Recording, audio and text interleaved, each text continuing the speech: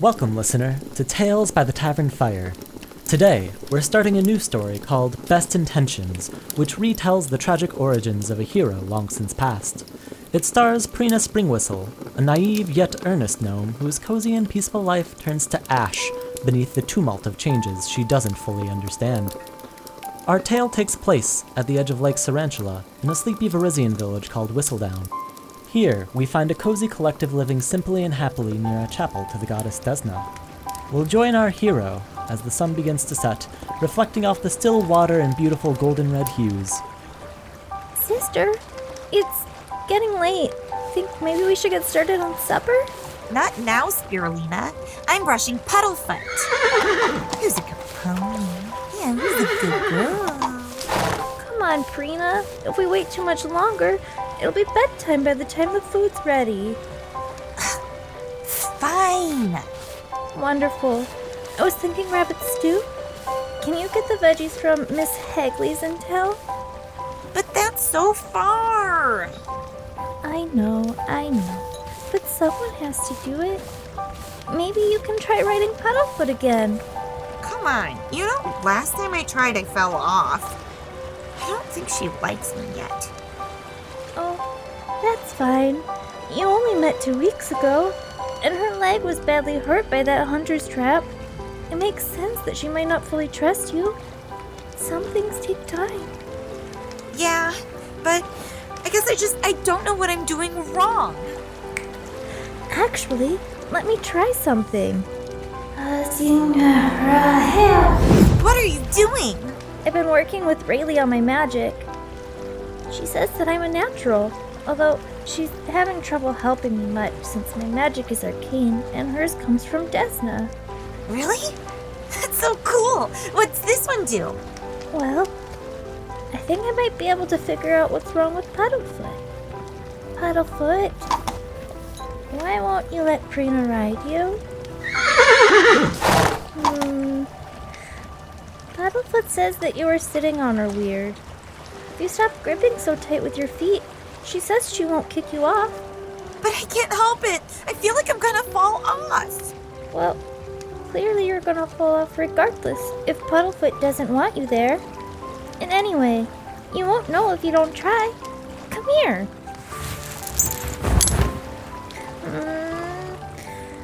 Puddlefoot, is this better? Lena, I really feel like I'm gonna fall. Calm down. Puddlefoot says she's got you. Just hold on to her mane with your hand. But not that hard. Sorry. I'm not used to riding yet. That's fine, Prina. See? You're doing great now. I'm doing it. That's right. Oh, you're a natural, Prina. Now go get those veggies. I'll check the traps for some rabbit. We're on it. And so Prina made her way into town. On this particular day, the town magistrate, Adagre held court in the town square, and Prina couldn't help but go watch out of curiosity. After all, everyone in Whistledown regarded Adagre with respect, for he ran the town with a firm hand, but treated all fairly. This particular dispute concerned Finnigan Silvervein, a local landowner, and Yolsef the town drunk. Okay, we're all here today to address the complaint from Finnigan Silvervein about Yolsef Mr. Silvervein, will the aggrieved present their case? Thank you, Your Honor.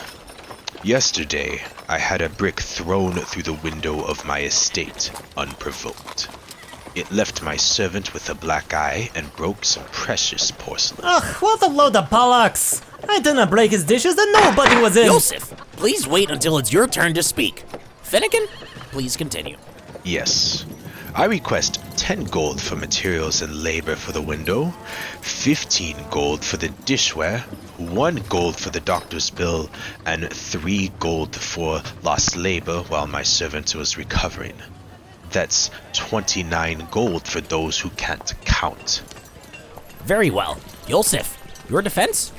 Nah, none of that's true. Well, except for the brick. I did that, but I'm telling ya, I'm getting kicked out of my house. Finnigan, what's this about? Yolsef's been unable to pay last month's rent. I've been following standard eviction procedures and posted a notice yesterday. Come on, I'll get you your money next week when my wife gets back from Magnamar. She made a good haul, but right now I got nothing. Rules are rules, Yolsef. You need to pay your rent. And this cockbag has the piss to kick me out of my home? We've lived there 5 damn years. So yeah, I put a brick through his window, but no one was home. I'm no monster. Yolsef, please calm down. We'll come to an understanding. And Finnigan, I'll remind you that I'm the one in charge of administrating the rules here. Oh, of course. My apologies, Your Honor. Now, it seems like the only question here is whether the servant got hit with the brick. Now hold on, it's not just that. There's no way no pissin' window costs 10 stinking gold to replace. Finnigan, where did you get that number? Your Honor, that's the quote I got from Kirk. Then Kirk's ripping you off. We all know he's a cheat. Talk to Relevant down by the lake. He knows what a fair price looks like. Very well. Finnigan, you will get a revised quote from Revelin and use whichever is cheaper. Now, do you have any evidence of the broken porcelain or the battered servant? Sorry, Your Honor, but Tila's out this week for a festival out in the country. Very well. However, until I meet with Tila personally, I'm unable to order compensation for your doctor's bills or damages. Understood? Indeed. Thank you, Your Honor. In the meantime, Yolsef, you agreed to pay the price quoted to Finnigan. Although, what about my house? I cannot have my wife coming back to a life on the streets. Right. Finnigan, can you agree to accept the late payment plus 5% interest in exchange for halting the eviction proceedings? Yes, I can have my men look into it. Good. Are there any remaining grievances? No, Your Honor. Good. Then I declare this trial adjourned. And so, distraction dispersed, Prina returned home to Spirulina where the two prepared a delicious rabbit stew. As the sun set, Prina and Spirulina visited the chapel on the lake, run by the cleric Reylee Corvassa. They often spent time there. Spirulina would read the sacred texts, while Prina fished on the dock or danced or played with the swarms of butterflies congregating nearby. As they approached, however, things seemed off. They saw Reylee pacing in front of the chapel, looking nervous. Reylee? What's wrong? Yeah, why are you pacing? Did you lose something? I can help you find it. What? Oh, hi, you two. No, it's not that. Why don't we talk about this inside? Okay.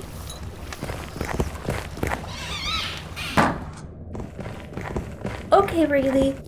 What's wrong? So, here's the thing. The chapel is running into some trouble. Really? Is someone threatening you? I'll beat him up. Just you watch me. No, Prina. It's not that. It's financial trouble. We might lose the building. Really? Why? Don't you get money from donations?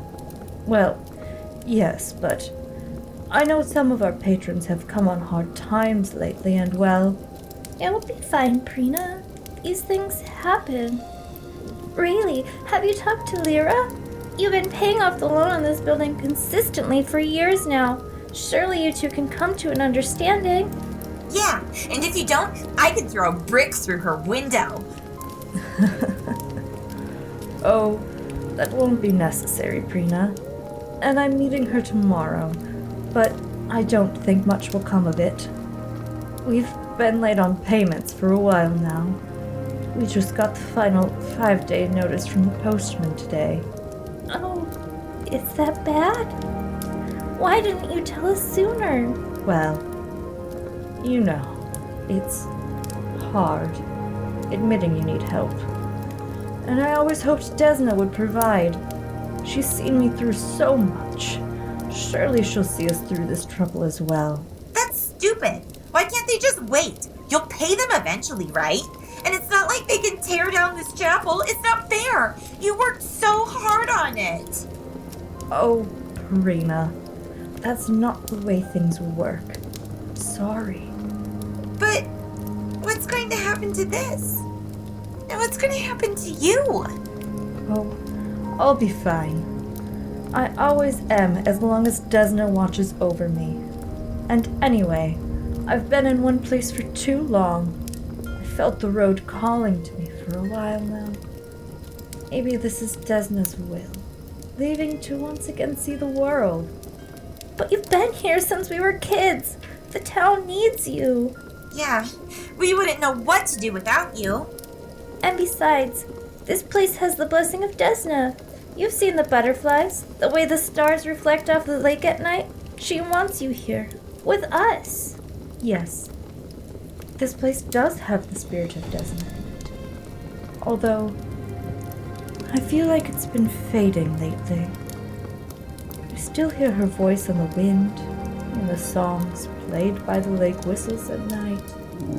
But, well, every passing day it seems to get fainter, like she's moving ahead on the trail, calling back, waiting for me to catch up.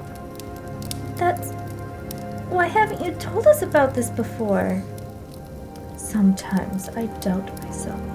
Like, maybe it's my fault I can't hear her as well. Maybe I'm not doing something right. Maybe I'm just not trying hard enough. But no, it's clear from the circumstances. Desna wants me to move on. Wait, so all you're going off of is just she's not talking as loud as she should? That's ridiculous. This place is perfect for Desna, and it's perfect for you. You shouldn't leave yet. Just ask her to speak up a bit. Prina has a point.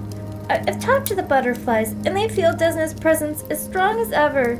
Not to mention, if you leave, where will the travelers stop on their journey?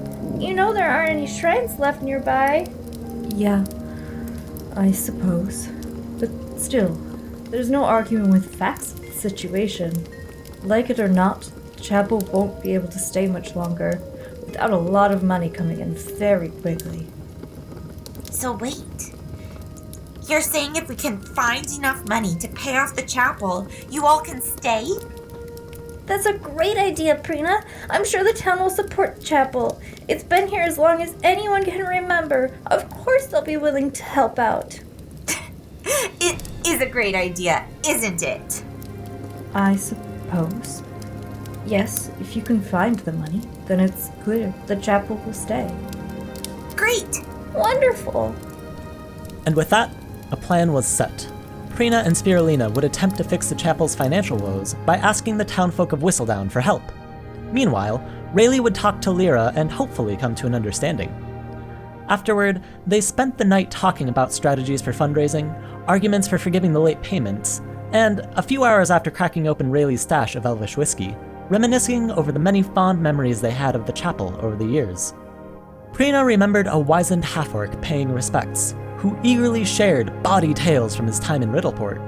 Spirulina recalled the first time she ever cast magic, accidentally apparating a gallon of water over a none-too-pleased Rayleigh's head. And Reylee recalled the reason she made the chapel in the first place. It was the first time she ever heard Desna speak to her directly, telling her to leave behind traveling and settle in Whistledown to create a chapel in her honor. But we'll leave that story here for now, with our hero reeling from unexpected change, but still rising to face the challenge before her. Next time, we'll find out whether Prina and Spirulina complete their task, or if the chapel they love will shudder under the strain of its accumulated debts. In the meantime, if you're enjoying the story, please like and subscribe so you can get more. In any case, we'll be back next week with part 2. See you then!